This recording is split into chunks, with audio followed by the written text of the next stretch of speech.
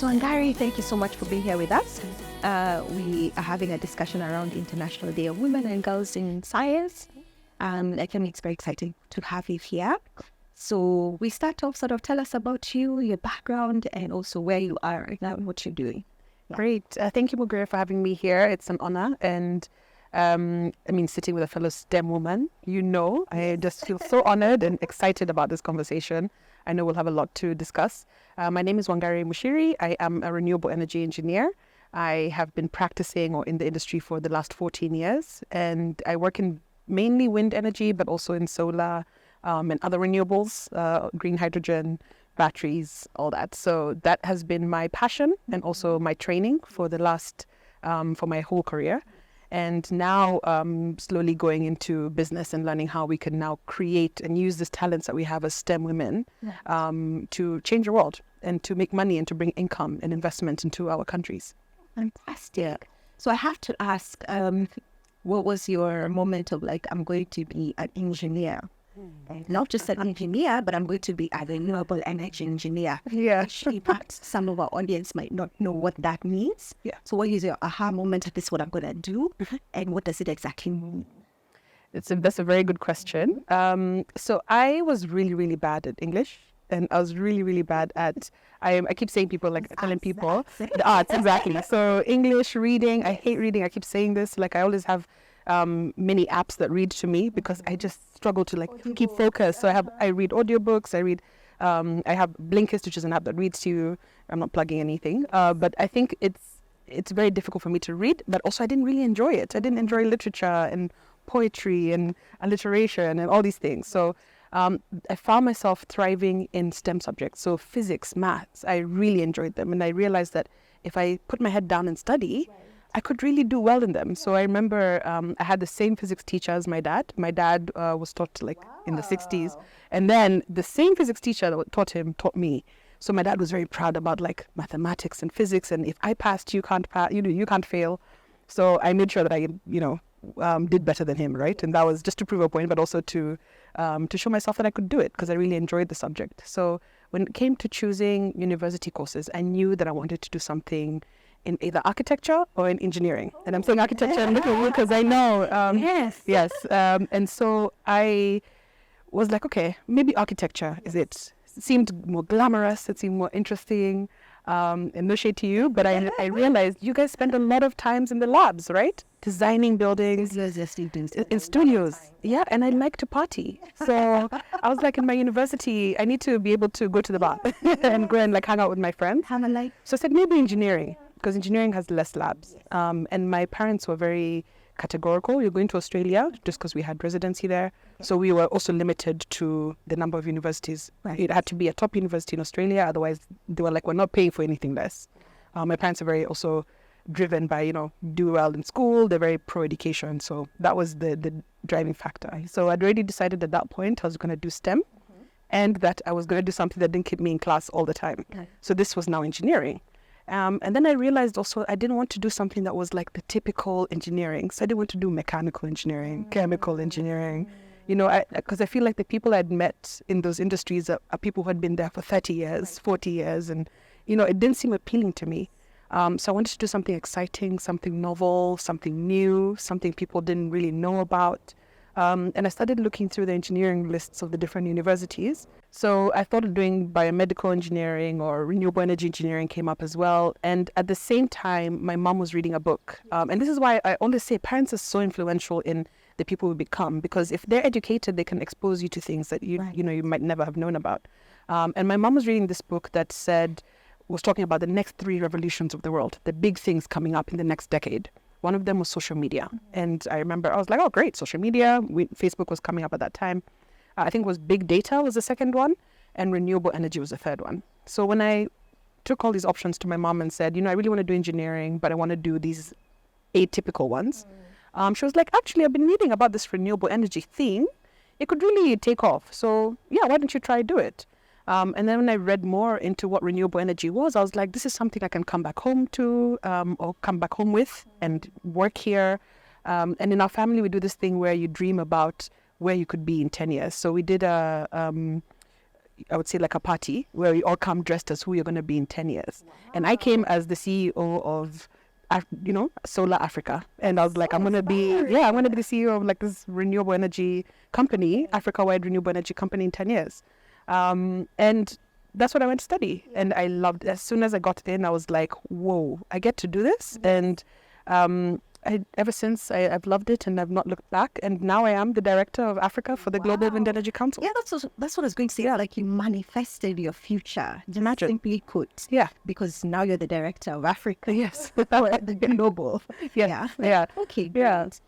So I think there's some similarities in terms of our discussion with Susan, who is the co-founder of Traveling Telescope.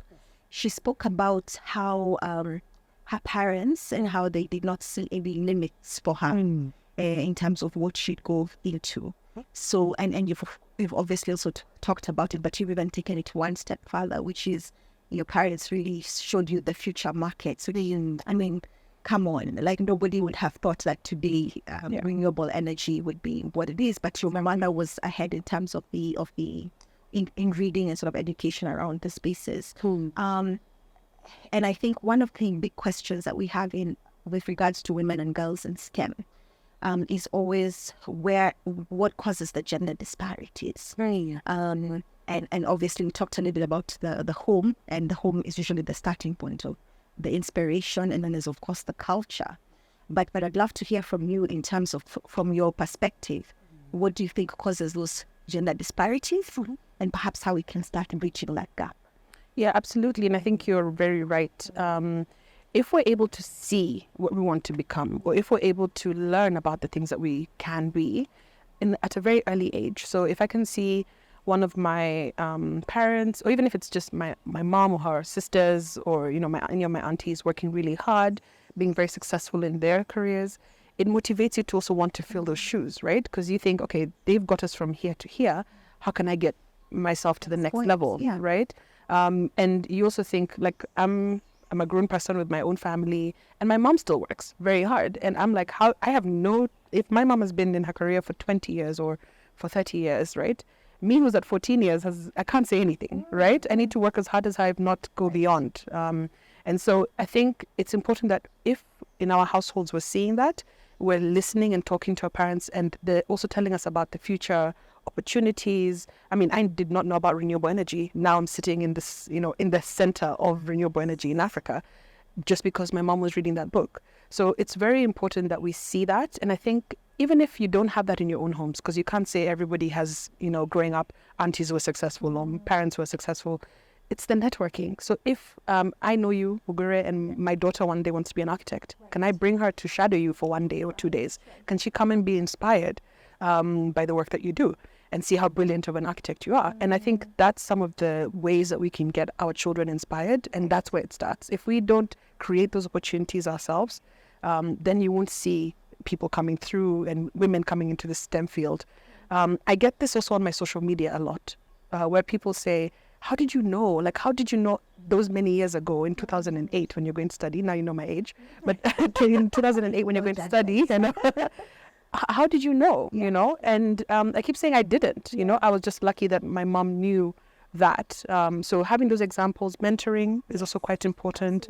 So if I'm like a lot of times I share on my social media what I do, I share about my work, I share if I've gone to a conference, if I'm in a meeting, because the young girls who are following me, who are in their teenage years or in their early 20s, trying to decide what to do with their careers, can be like, actually, this whole field of sustainability, green buildings, I can go into that. Wangari does that. I've seen her. I can reach out to her. And nowadays, it's not just a matter of networking in terms of personally. You can also network on LinkedIn. You can network on Instagram. So there's a whole world of opportunity that we can expose our children to. I think that's important. Fantastic. And I'm really glad you've talked about sort of using your social platforms towards, because I think there's this sort of image that you can't really share more technical information or things about your career. Social media is about, the influencers and large brands. But I think using those channels to reach more people is really imperative. And I think that's a really important thing to sort of come out of this conversation, even as we're talking to young girls, to give back in some way in our community. Yeah. Of course, you're sitting here as somebody who's quite influential and a thought leader in the space of renewable energy and the thought of climate action. I'm sure it was not all smooth sailing all the time. And would you like to talk a bit about your challenges? Maybe something that really sort of, took you like, okay, recovery. Yes, absolutely. I think one of the big things, and I try to talk about this all the time because it's still happening in 2024, is being in a very new field. So if you're an engineer in these new cutting edge fields, right? You enter rooms where there are other engineers of, let's say, other races or other sexes or genders who've been there 30 years and they think they know everything and they think the world is not changing and it's as it was when they were students. And so sometimes you can find that because, maybe you're still a young engineer, especially being a female, if you're the only female in the room, the confidence to speak up, even if you know better. I remember there's times where I would be in a room where I'm the only one who knows about green building. This was in 2013, 2014. Green Star certified from one of the big certification bodies from Australia. But because there's architects in the room who've been in the industry 40 years, they're not going to listen to me, And only now, when it's now becoming a sexy topic and everyone wants to talk about green and sustainability, then they're like, oh, Wangari, I don't think you were saying that time. But in those rooms, there's a time I could not speak. Or if I would speak, they would not listen. And a male person can say the exact same thing I've said, and they would get the credit for the idea, right? So I think it's important that we recognize these challenges are real. So in some of these spaces, they're not conducive to us, women in STEM. I've heard of boardrooms on the top floors of buildings where there's only a male bathroom. I've heard of when you're wearing protective gear and the gloves don't fit women's hands because they're smaller. I've heard of boots where you can get boots and it's only in male shoe sizes and you also have to go on site and you've come in your high heels. I've heard of people being on site. I've been on site and you're catcalled because you're in a skirt and you have to go and show the building to somebody. So there is still a lot of challenges in today's world of being a woman in the STEM area. But we have to move. We have to keep going because we're the ones who are going to really unblock those challenges. And if we get into those spaces and say, this is not okay, then we slowly start to change that. If you get into those spaces and the CEO realizes, oh, there's no female bathroom on this floor, there needs to be one that's created, right? So slowly that starts to change, so that the next woman who comes into that room doesn't have to worry about there not being a bathroom, right? And I think that's a metaphor, but there's so many other areas that we can open the door and leave it open for other women coming through, so it's not as hard for them. I think one of the things I like to talk about a lot is COVID.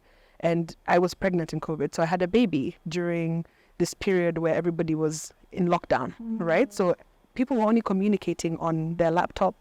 They could only see my face. So if I really wanted to go and nobody know I was pregnant and had a baby, I could.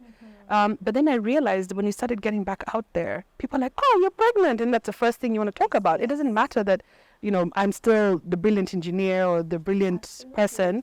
Now that's the conversation. And not everybody is comfortable with that. So there's certain things I think we need to start either making normal. So a pregnant woman on site who wants to be there, wearing high heels and lipstick, of course, safety considered, but making sure that these things are normal, right? Make sure there's more women in boardrooms, making sure there's more women in these spaces, so it's not unusual, which unfortunately it still is in many areas. Right. Yeah. Fantastic. I think I really like what you picked on, which is we need to keep on pushing consistently for progress. It doesn't happen overnight. Every step that we make forward is a step in the right direction. Yeah. And this year's theme in terms of International Day of Women and Girls in Science is quite interesting because it also applies to you. Yes. Yeah. It is the theme is really around women in science leadership towards a sustainable era. And when I was looking at that particular theme, I thought it would be really nice to get your views in terms of obviously you selected a career that is really relevant, and you selected that career a while ago. What do you think is the place of women in leadership and now you're in a leadership role on the African continent in terms of a voice that's listened to? How important is it to see women in STEM fields in leadership roles? towards sustainability. Right. Yeah. I think the actual essence of the word sustainability is that you want to do more with less, right? And unfortunately, our systems, I mean, everybody uses electricity, right? You go home, you switch on a light or use energy in one way or the other. Many of the systems have been designed by one demographic. So they've been designed by, let's say, men, engineers over the age of 40. There's a certain demographic of people who have been designing these systems that the whole world uses, right? When you look at who actually uses energy, and I work in this space, the people who use energy in the home more is the women and children. Yes. We cook, we're doing laundry, we're in the house more, so we're using lighting, we're ironing. Yes. So we're the ones using energy more, but it's being designed by one demographic. How do we ensure that our needs as women, or even just a society, everybody's perspective is contributing to the designing of these critical systems? So this is not just electricity, food systems, water systems. There's so many things that women bring a different perspective to. Right. And I've seen this also in engineering. If you design with one way of thinking, when you look at ESG, sustainability, are you looking at what happens when a woman is sitting with a child in the kitchen and they're all inhaling the smoke because of unsafe cooking methods, right? Some of these things, if you had a woman in the room, she would have just told you. She would have just said, you don't design it like this because of smoke. I mean, there's certain things that we really just see inherently. She's the user. She's a user. And also she cares about her child, and she's worried about the smoke and or even the fact that her child needs to be safe in a certain environment. So there's certain things that I see that we need to, or that women need to be involved in designing the system, so that then some of those inherent sustainability considerations that come after the fact would have already been inherent in the design from the beginning, because that's how we think. So as women, we don't only think of ourselves, we think of our community, we think of our families, we think, okay, what's, so-and-so going to feel, or how is so-and-so going to be? And because we think naturally like that, then if we're designing the systems to be like that, they'll be beneficial for everybody. Right. Yeah. And actually, that's the point, that because we tend to think about the community at large, comes down to doing more with less. Exactly. The whole saying that you get educate a woman, you educate a village. Yeah. Do their work with less. Yes. Wangari, what would you ask or tell your 12-year-old self, knowing what you know now in your career and in your path? One of the things that I always think about now, and I'm very proud to say it, when I was 12, I definitely would not have been proud to say it, is I keep saying that I was not a straight A student. Like, I was not the brilliant, I was not first in class. I was... Shocked you. I know. And people also, like, when I say this, they're like, what? Yeah. And I keep saying I was a straight B student, right? And I was definitely not proud of it when I was younger, because I thought, I'm not the A star. My siblings are A star people all throughout. And I'm just like, this B that I'm getting, I've really worked hard for it. But now you realize the B students are the ones who build the companies and do amazing things. And I was actually reading a book, I need to remember what it's called, but it was about unlocking your potential. And it was saying that the people who are taught to work hard, so to put in effort rather than be, the people who are praised for putting in effort, so saying, well done, you worked really hard on that, or you worked really smart on that, rather than being praised about you got an A star in achievement. Yes. The people who are praised about putting in effort really actually do better in life as adults. And because they continue and want to continue learning and continue putting in effort. So in everything they tackle in their lives, they're brought up and raised and conditioned to do effort. If you are the person who's always been praised for being the A star student, for knowing everything in the physics workbook, but then you're put into a whole new realm where you don't know anything, you struggle because you don't know how to put the effort and to learn and to be a continuous sponge of information. And so that, in terms of talking to my 12-year-old self, is don't be afraid. Yes, you're not the most brilliant child in the room, but there's so many places that you can shine in. And the fact that you will try, the fact that you will continue being a sponge, the fact that you continue learning and you love to learn. I've just told you I went back to do my master's, my second master's in this crazy time with a child and a family and, a crazy job. But my passion for learning is so inherent that I feel almost sick if I'm not learning something new. And so that's something that came from when I was a child, when I was 12 years old. So I'll just tell her to continue learning. Don't worry about being in new spaces. Don't worry about saying, I don't know. Sometimes you really don't know. It's not about what you know. It's about knowing where to find the information you need. And that is what I'll tell her, to continue just being in that spirit of learning and effort and openness. And that will get you further than being an straight A student will. And I think that's really powerful, because I don't think we say it enough.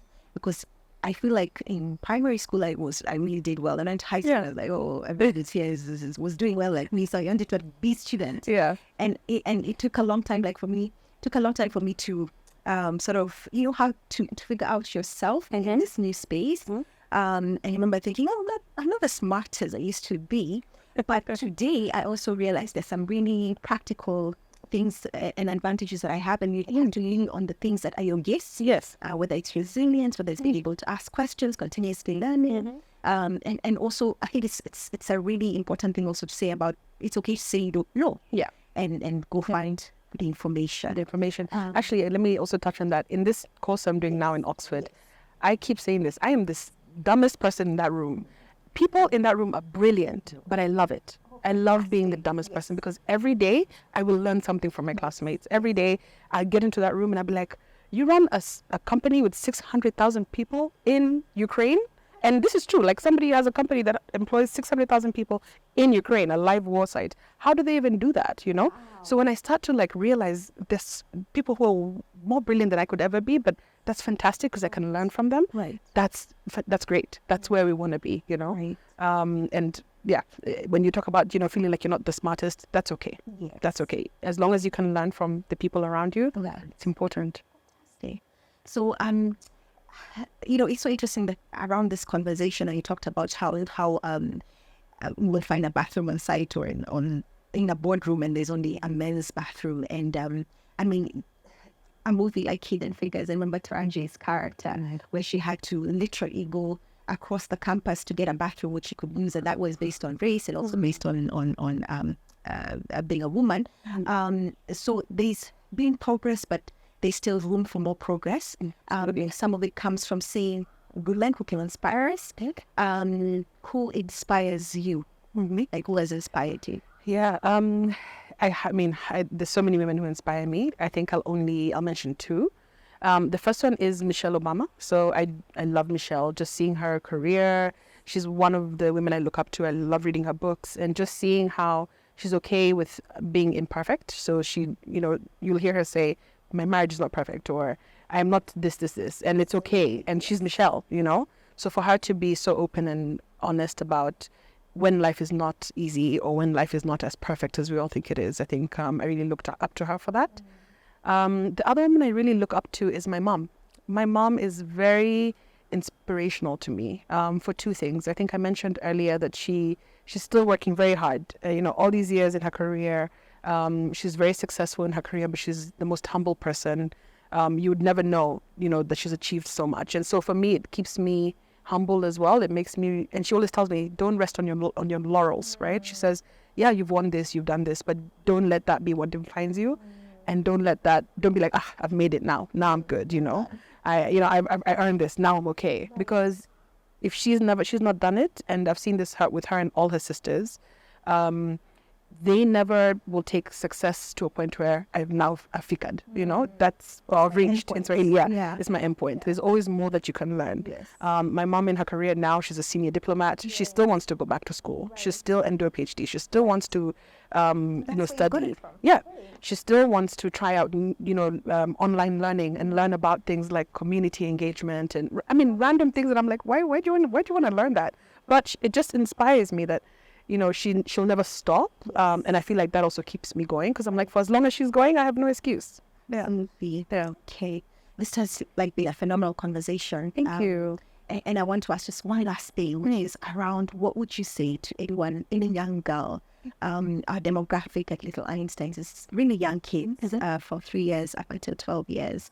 But really around the point of kids from 7 to 12 years is really where they start seeing these sort of generalizations of where women should be. Because before that, really, everyone does the same thing in the playground and the mud. Like, everybody's just doing the same thing.